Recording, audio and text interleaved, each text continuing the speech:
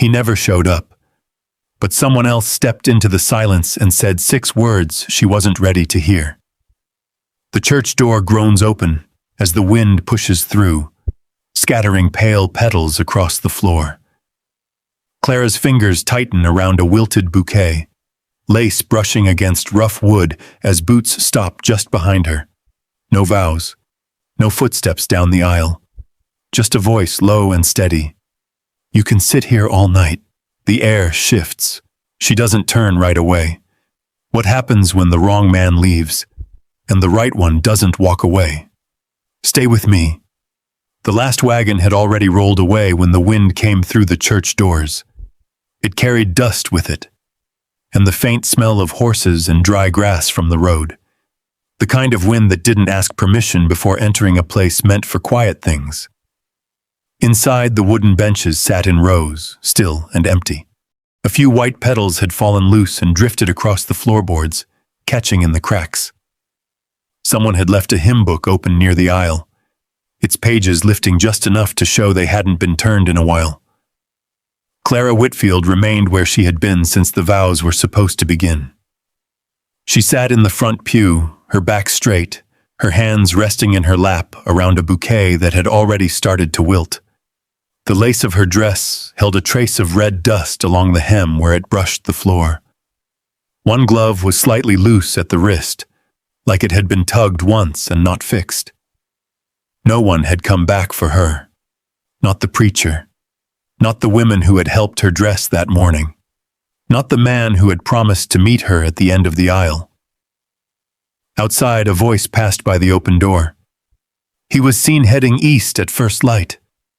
Another voice answered, quieter, didn't even stop to say a word. Their footsteps moved on. Clara did not turn her head. The sunlight had shifted since noon. It came through the tall window now at an angle, laying a pale strip across the floor that stopped just short of her shoes. Time had moved. The town had moved with it. She had not. Her eyes rested on the space ahead where a man should have been standing. The place where Thomas Grady had written, in careful ink, that he would wait for her. That he would recognize her by the ribbon she said she would wear. That he would be there. She had believed him. The ribbon was still pinned in her hair. The church door creaked again. This time it did not close behind the wind. Boot steps came in slow. Measured, not hurried, not hesitant, just steady, like someone who had already decided where he was going. Clara did not look up at first. The steps crossed the wooden floor, stopping somewhere a few paces behind her. There was a quiet shift, the soft sound of a hat being removed. Then nothing. No question. No apology. No awkward clearing of the throat. Just a man standing in a place that had already emptied itself of everyone else. Clara lifted her eyes. He was not dressed for a wedding. Dust clung to his coat, the kind that came from long miles rather than a short walk. His sleeves were rolled once at the wrist, not neatly, but out of habit. His boots were worn in a way that spoke of work, not show. He looked at the church first, at the petals, the empty pews, the space where the ceremony should have been. Then he looked at her. Not long, not in a way that pressed, just enough to understand what he was seeing. Clara waited for the question. Where is he? Are you all right? What happened? But he did not ask. He turned his hat once in his hands, as if checking the weight of something unseen, then spoke in a voice that didn't carry beyond the front of the church. You can sit here all night, he said. The words settled in the quiet between them. Or you can sit somewhere warmer. No promise inside it. No pressure. Just a statement. Clara looked at him for a moment, measuring something she could not name yet. Then her gaze drifted back to the front of the church, the place where she had been meant to stand, the place that had not changed, even after everything else had. The wind came through the door again, stronger this time. It lifted the edge of her veil just slightly, enough that she reached up and pressed it back down without thinking. Her fingers lingered there for a second, then dropped. She stood. The movement was careful, not slow, not rushed, just deliberate, like every part of her needed to agree before it happened. The bouquet remained in her hands for a breath longer. Then she set it down on the bench beside her. It left a faint imprint in the dust. She did not look at it again. When she stepped into the aisle, the hem of her dress caught briefly against the wood. She freed it without bending, without breaking the line of her posture. The man had already turned toward the door. He did not reach for her, did not offer an arm.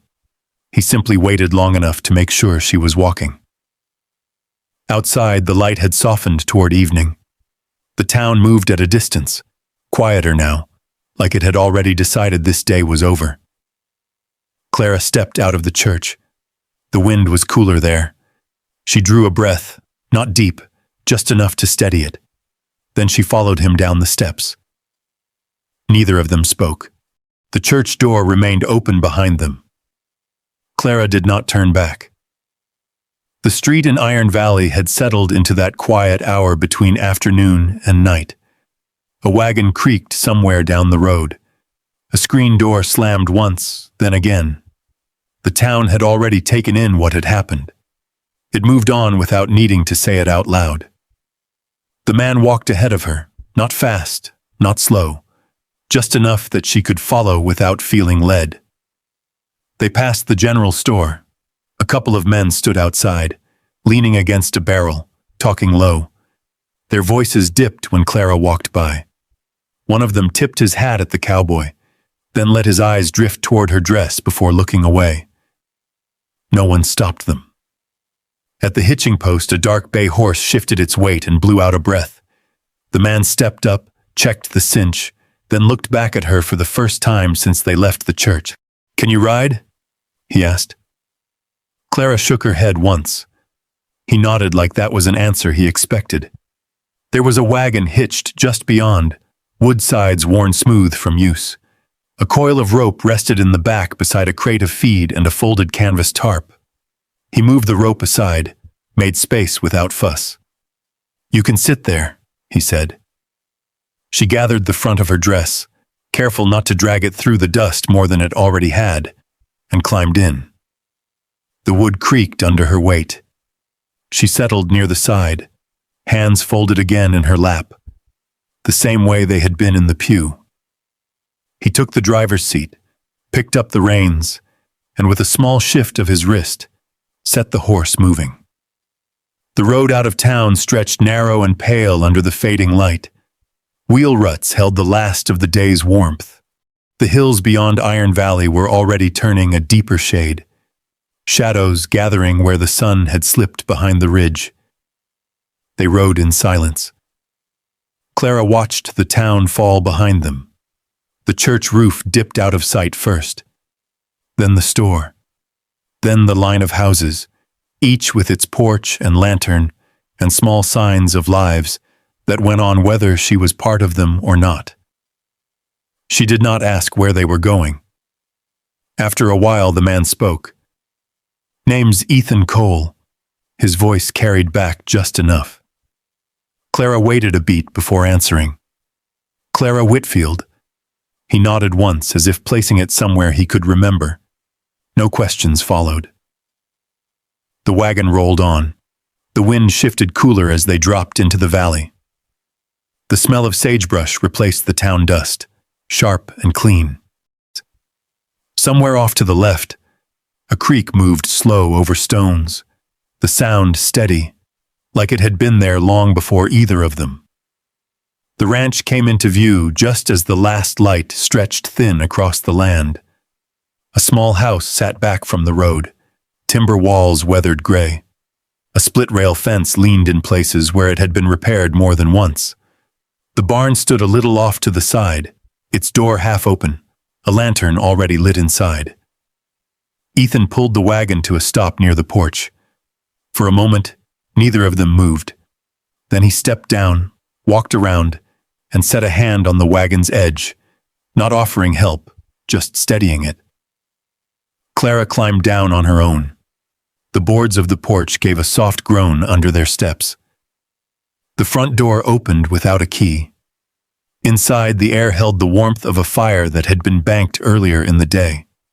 It was a simple place. A table near the window, 2 chairs that didn't quite match, a shelf with a few tin cups and a chipped plate, boots set by the door in a line that suggested habit more than order. Ethan moved to the stove, added a piece of wood, and the flame caught again, low but steady. "There's a room," he said, nodding toward a door off the back. "With storage, it's clean enough." Clara walked to it, pushed it open. A narrow bed, a small dresser, a single window that looked out toward the fence line. Dust had settled in the corners, but not thick. The kind that came from a place used, not abandoned. She set her hands on the edge of the dresser, just for a second, then let them fall. Behind her, she heard the quiet sound of a kettle being set on the stove.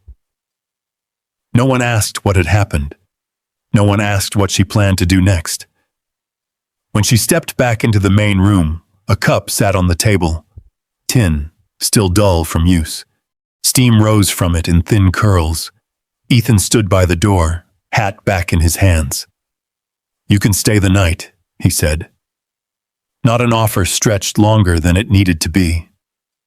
Clara moved to the table. She wrapped her hands around the cup, felt the heat settle into her fingers. Outside, the wind brushed along the fence, carrying the last of the day with it. Inside, nothing else was said. Morning came in thin through the window, pale and steady. The kind of light that doesn't rush anything. Clara woke before the house did, though she wasn't sure she had slept. The dress was still on the chair where she had left it. Folded, not neatly, but enough to take it off her shoulders. She reached for it, brushed a thumb along the lace, then turned away and opened the dresser instead. A plain skirt, a work shirt. Both a little too large, both clean. When she stepped into the kitchen, the stove already held a low fire. A tin cup sat near the edge, steam rising slow. Ethan was at the table with a small ledger open in front of him, pencil resting between his fingers. He didn't look up right away. "Coffee's there," he said. Clara nodded, though he hadn't turned to see it. She wrapped her hands around the cup, felt the heat settle into her palms again. Same as the night before. Same as something that might become a habit if she stayed long enough. She moved to the table. The ledger lay open, columns of numbers uneven, some scratched out and written again. Dates out of order. Totals that didn't quite line up. Clara glanced once, then again. "You've got feed counted twice here," she said, tapping lightly near the margin. "And this entry, same calf listed 2 weeks apart." Ethan looked at the page, then at her. "Didn't catch that," he said. She slid into the chair across from him, setting the cup down beside the book. "You wouldn't? You're writing what you remember, not what actually lines up." He watched her for a moment, not questioning, just taking in the way she said it. She reached for the pencil. "May I?" He pushed the ledger closer. She didn't thank him, just began. Outside, the morning moved along the fence line. A gate creaked once in the wind. Somewhere in the barn, a horse shifted its weight, the dull thud carrying through the boards. Clara worked quietly, straightening columns, rewriting dates, moving one entry to another page entirely. The pencil made a soft, steady sound against the paper. Ethan stood after a while, pulled on his coat. "I'll be out back," he said. She nodded without looking up. He left the door open just long enough for the air to change. Then it closed again, leaving her alone with the numbers. It was easier here. Numbers did not leave without explanation. By the 3rd morning, she had the past month set right. By the 5th, she began to notice things that didn't belong. Not in the ledger, in her own memory. The letters had been tucked into her bag since she arrived, tied with a ribbon that had held its shape better than anything else she had brought west. She had not opened them until that afternoon. The wind had picked up, pressing against the window in uneven gusts. Ethan was out along the north fence, fixing a post that had leaned too far after the last storm. Clara sat at the table and laid the letters out one by one. The paper had softened at the folds. The ink held steady. She read slower this time. Not for meaning, for detail. He had written about the land, about a creek that ran south along the edge of his property. Clara paused. She had seen the land here, walked it in the early light when the frost still held to the grass. The creek did not run south. It never had. She picked up another letter. He had mentioned neighbors, not by name, just a man nearby, or a ranch to the east. Iron Valley was not that kind of place. People used names. She set the letter down. The third one, his signature curved differently at the end. A small thing. Easy to miss if you weren't looking for it. Clara sat back in the chair. The room felt smaller for a moment. Not closing in, just shifting. There was a knock at the door. Not loud, just firm enough to be heard. She rose, opened it. Old Mr. Benson stood on the step, hat in hand, his coat pulled close against the wind. "Afternoon, miss," he said. "Heard you might be staying out this way." Clara stepped aside. "Come in." He did, slow and careful, like a man who had spent a long time making sure he didn't rush anything. "I run the post office," he said, settling near the door. "Names pass through there, sometimes more than once." Clara waited. He looked at the table, at the letters. "That name," he said. "Grady. I've seen it before, but not here. Came through on a forwarding address. From Kansas, if memory holds." Clara's fingers rested on the edge of the paper. "Are you certain?" He nodded once. "I don't forget names, not the ones that come back around." The wind pressed against the house again. Clara looked down at the letters, at the careful words, the descriptions that had felt so exact when she first read them. Now they sat there like something written for someone else. When Ethan came in at dusk, he found her where he had left her. The letters spread across the table. The ledger pushed aside. He hung his coat, set his hat down. Didn't ask. She spoke first. "The creek runs north," she said. He looked at her. "He wrote south," she added. Ethan moved to the table, picked up one of the letters, turned it once and then set it back down. "What else was shown?" he asked.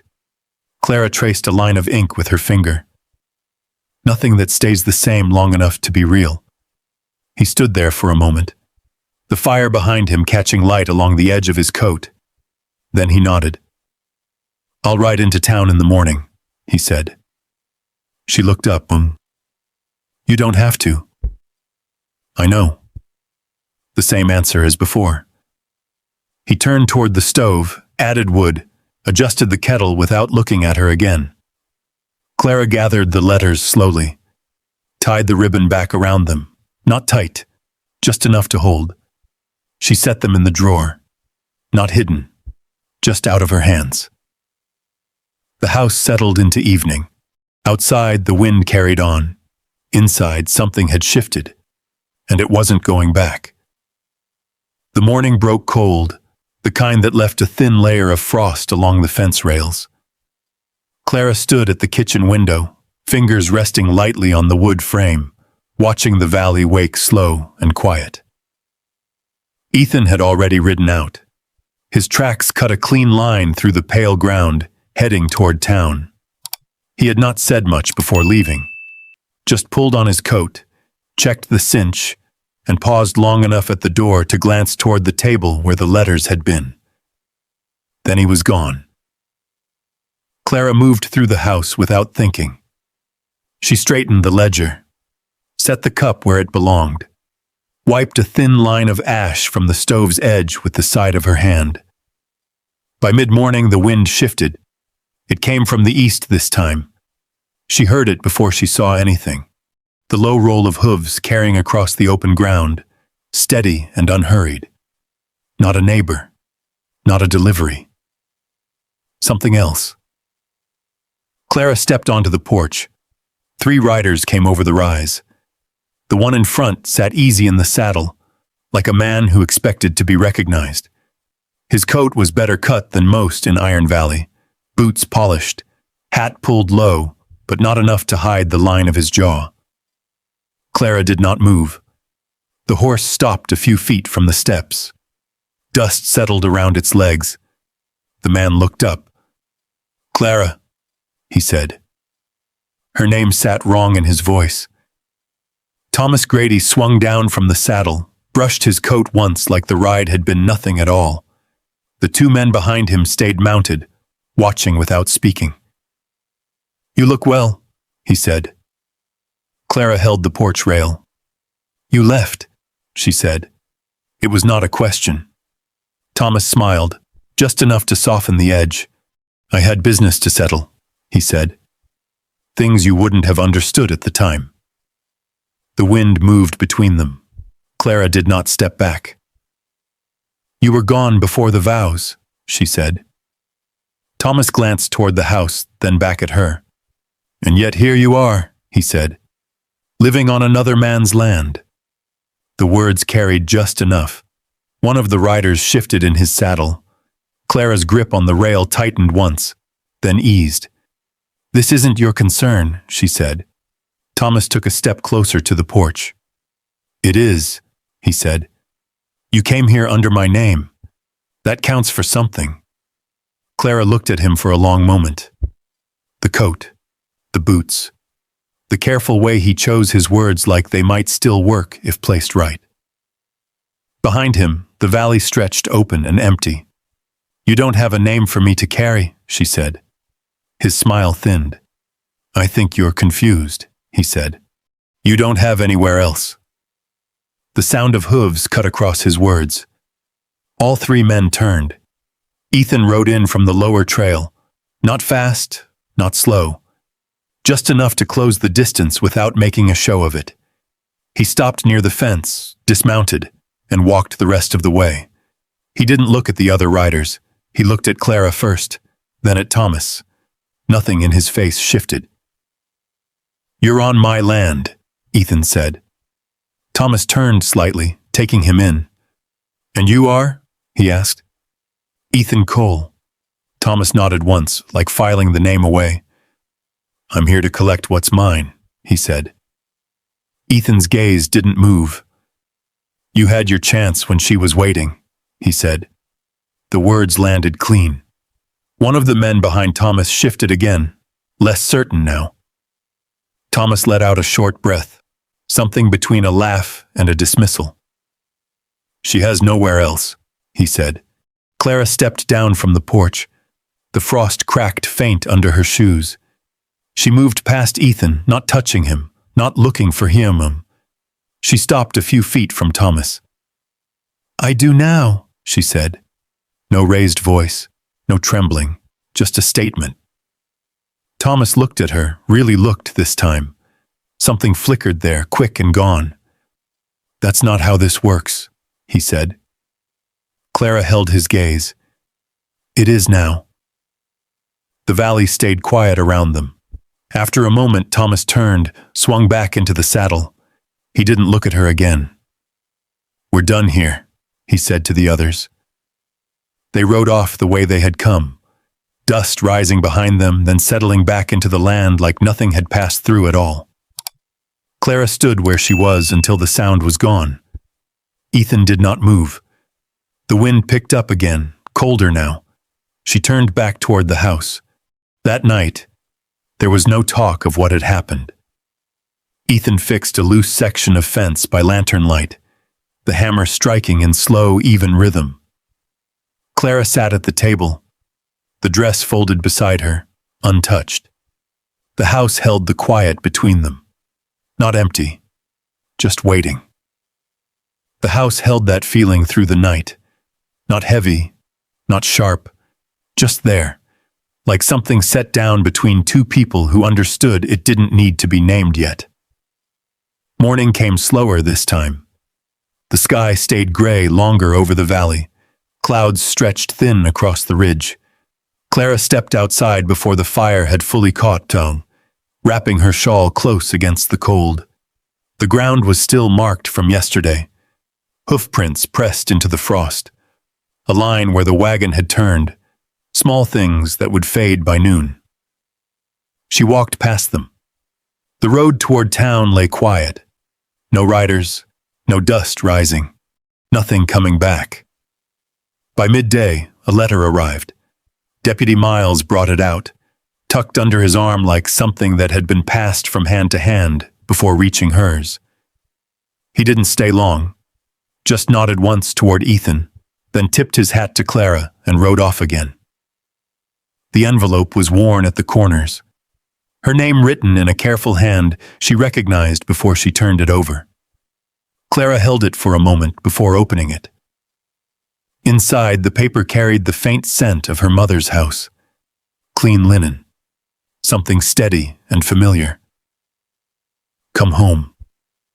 It's safer here. The words sat quiet on the page. Clara read them twice. Folded the letter back along the same crease. Set it on the table beside the ledger, not tucked away, not hidden. Ethan came in from the barn, brushing hay from his sleeve. He saw the letter, paused just long enough to take in its place on the table. You going to town? He asked. Clara shook her head. Not today. He nodded once as if that was all he needed. That afternoon, she walked back to the church. The road felt shorter this time. Or maybe she didn't measure it the same way. The wind had settled, leaving the town in a kind of stillness that made every step sound clearer than it should. The church stood just as it had. Door slightly open. Same angle. Inside, the benches hadn't moved. The petals were gone now, swept or scattered. The space at the front remained unchanged. Clara stepped in. Her shoes made a quiet sound against the floorboards. She moved down the aisle, stopping where she had been before. The empty pew. She looked at it for a long moment. No voices this time. No whispers. No one passing by to mark what had happened. Just the space. Behind her, the door shifted. She didn't turn right away. Boot steps crossed the floor, stopping a few paces back. Ethan didn't come further. He stood where he had before. Same distance. Same quiet. Clara reached out and touched the edge of the pew. The wood was smooth under her fingers, worn by years of people sitting, waiting, leaving. That day, she said, her voice low, steady. You didn't ask me to stay. The words settled between them. You just made room. She turned then. Ethan met her gaze, not holding it, not avoiding it. Just there. You don't owe me staying, he said. Same tone as everything else he said. No weight added, no edge. Clara watched him for a moment. Then she looked back at the pew and stepped past it, out of the aisle, out the door. The light outside had shifted again. Warmer now. Late afternoon settling into evening. Ethan stepped aside as she came down the steps. Not in front. Not guiding. Just leaving space. Clara paused at the bottom. The road stretched out ahead. One direction back toward town. Another toward the valley. She didn't look toward town. She turned toward the valley. Walked a few steps. Then stopped. Ethan hadn't moved. She glanced back. That seat, she said, not loud, not soft, Just enough. Ethan waited. Clara crossed the space between them and sat down on the edge of the step beside him. Not touching. Close enough. The wind moved through the valley again, softer now. Neither of them spoke. They stayed there until the light faded and the first hint of evening settled over Iron Valley. Back at the ranch, the fire burned steady. The ledger lay open on the table, columns straight, numbers in place. Clara moved through the room with quiet certainty. She folded the dress carefully this time, placed it in the drawer, closed it without hesitation. Ethan set 2 cups on the table. No words, just the small, steady things. Outside, the fence line held. The barn door rested half open. The horse shifted once, then stilled. Inside, the house carried a different kind of quiet. Not empty. Chosen. Or maybe you already know the answer. Imagine yourself there for a moment, sitting on that hard wooden pew, the room empty, the door still open behind you, the sound of footsteps that never came, the weight of something you believed in, slipping quiet out of your hands. And then someone else stops, not with promises, not with the right words, just a place beside them, just enough space for you to decide what comes next. That's the part that stays with me, because it isn't the grand moments that change a life. It's the small ones, the ones where someone doesn't turn away, where someone stays when they don't have to, where you realize you're not waiting anymore. You're choosing. Clara didn't find what she came for, but she found something steadier, something honest, a kind of love that doesn't need to be spoken out loud to be real. And maybe that's the question this story leaves behind. If you were standing where she stood, would you wait for what was promised? Or would you sit where something real is waiting? Tell me what you think. I'd like to hear your answer. And if stories like this feel familiar in some quiet way, there are more waiting just ahead. Stories about people who stayed, who left, and who found their way somewhere in between. I'll be here when you're ready for the next one.